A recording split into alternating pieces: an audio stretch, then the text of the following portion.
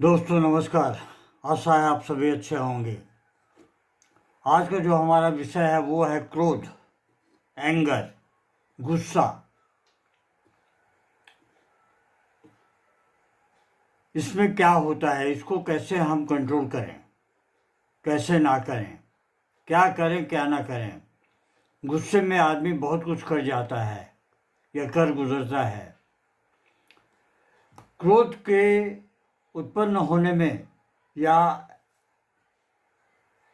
क्रोध की स्थिति में रिलीज जो होती है वो है एड्रेनलिन ग्लैंड। एड्रेनलिन ग्लैंड क्रोध के समय में उत्पन्न होती है। नोरा एड्रेनलिन एक हार्मोन है जो क्रोध की स्थिति में रिलीज होती है।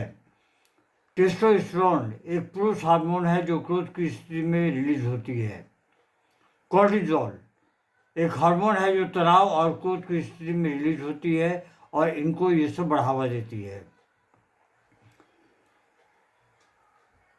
अब आते हैं हम इसकी पैथोफिजियोलॉजी पे कि क्रोध की पैथोफिजियोलॉजी क्या है और कैसे क्या होता है।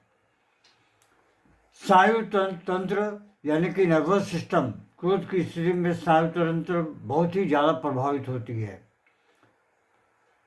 हाइपोथैलेमस एक मस्तिष्क क्षेत्र है जो क्रोध की स्थिति में काफ़ी हद तक उस पर दबाव पड़ता है। एड्रेनलिन ग्लैंड, एड्रेनलिन ग्रंथि एक ग्रंथि है जो क्रोध की स्थिति में काफ़ी हद तक प्रभावित होती है। अब आते हैं कि इनको हम कैसे कंट्रोल कर सकते हैं, क्रोध को हम कैसे कंट्रोल कर सकते हैं। क्रोध के कंट्रोल करने के लिए क्या करें क्या ना करें। जब किसी व्यक्ति को अपनी इच्छा के विरुद्ध काम करना पड़ता है या किसी काम के कारण उसके मन में तनाव होता है तो वह अपने तनाव को अपनी बोली या व्यवहार के रूप में प्रकट करता है, जिसे क्रोध कहा जाता है। क्रोधित व्यक्ति की आवाज़ भारी होती है और वह चिड़चिड़ापन के साथ बोलता है। क्रोध अधिकतर पित्त दोष, नाभिक गड़बड़ी और मानसिक तनाव के कारण होता है। सामान्य स्थिति में बातचीत में बराबर क्रोध आना पित्तज क्रोध का लक्षण है। आइए अब हम चलते हैं होम्योपैथिक दवाइयों की तरफ में। बच्चे से शुरू करते हैं हम। कैमोमिला।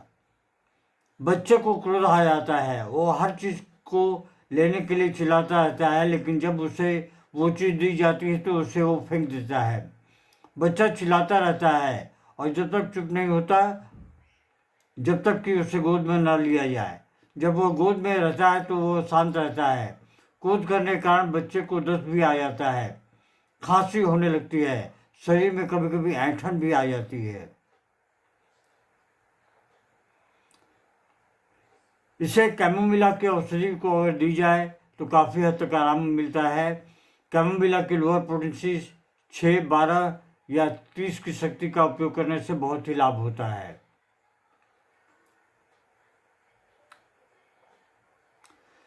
यदि किसी व्यक्ति को देना है तो इस औषधि की सीएम की एक मात्रा लगभग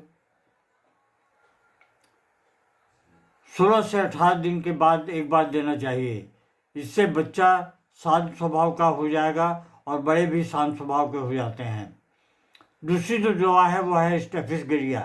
अधिक क्रोध होना, दूसरे लोग क्या कहते हैं यह परवाह न करना, क्रोध में होकर इधर उधर चलना। यदि बच्चे में इस प्रकार के लक्षण है तो बच्चा हर चीज़ लेने के लिए चिल्लाता है, लेकिन जब वो चीज़ उसे दी जाती है तो क्रोध में आकर उसे वो फेंक देता है। यह भी बच्चे के अंदर में एक आदत होती है कि जब उसे वो चीज़ दी जाती है तो वो जो है फेंक देता है। ऐसे लक्षणों में स्टेफिस का 6, 12 या 30 की पोटेंसी बहुत ही लाभकारी होती है। लाइकोपोडियम, रोगी जो है दुबला पतला हो जाता है, जरा सी बात पर क्रोधित हो जाता है।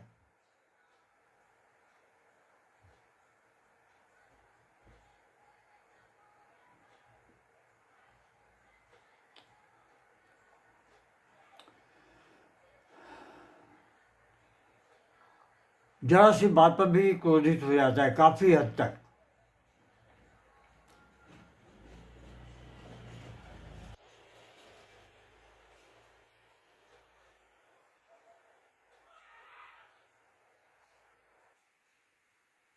ऐसे रोग का उपचार करने के लिए लाइकोपोडियम औषधि की 6, 12 या 30 की पोटेंसी बहुत ही लाभदायक होती है। इसे आप दिन में 4 से 5 बार दे सकते हैं, या फिर उसे 1 डोज सीएम की दे दें और 15 से 18 दिन तक इंतज़ार करें और उसे सपोर्टिंग मेडिसिन हिसाब से लाइकोपोडियम की लोअर पोटेंसी में 6 या 12 या 30 की पोटेंसी देते रहें। नक्स भूमिका न रोगी जो है चिड़चिड़े स्वभाव का हो जाता है, किसी के विरोध को सहन नहीं कर पाता, बदले की भावना बहुत ज़्यादा उसमें भरी रहती है। आपने सामने आने वाली रुकावट को बर्दाश्त नहीं कर पाता। यदि रोगी के रास्ते में कोई चीज़, कुर्सी पड़ी हो तो क्रोध में आकर उसे लात मारकर फेंक देता है। ऐसे लक्षणों से पीड़ित रोगी को ठीक करने के लिए नक्स भूमिका बहुत ही बेहतरीन दवा है। आयोडीनम, रोगी को अचानक ही क्रोध आ जाता है, इतना अधिक क्रोध हो जाता है कि वह अपने विरोधी की हत्या करने पर उतारू हो जाता है या जो को भी सामने आए उसे मारने लगता है। रोगी को भविष्य संबंध कोई भी फिक्र नहीं होती, बल्कि वर्तमान काल की परेशानी और म्लानता के चलते उसे काफ़ी परेशानी होती है। ऐसे रोगी के लिए रोग को ठीक करने के लिए आयोडीनम औषधि आयोडीनम की 6, 12 या 30 की पोटेंसी दे सकते हैं, या फिर हफ्ते में एक बार उसे 200 या 1 mg की पोटेंसी भी दे सकते हैं। आशा है दोस्तों ये वीडियो आपको पसंद आएगी और आपके लायक है। आप इसे अपने दोस्त यारों में अवश्य साझा करें और हमारे साथ में बने रहें। हम इसी तरह की छोटी छोटी वीडियो लेके आते हैं। आशा है आप सभी हमें और प्यार देंगे। धन्यवाद। Long live homeopathy, long live Hahnemann.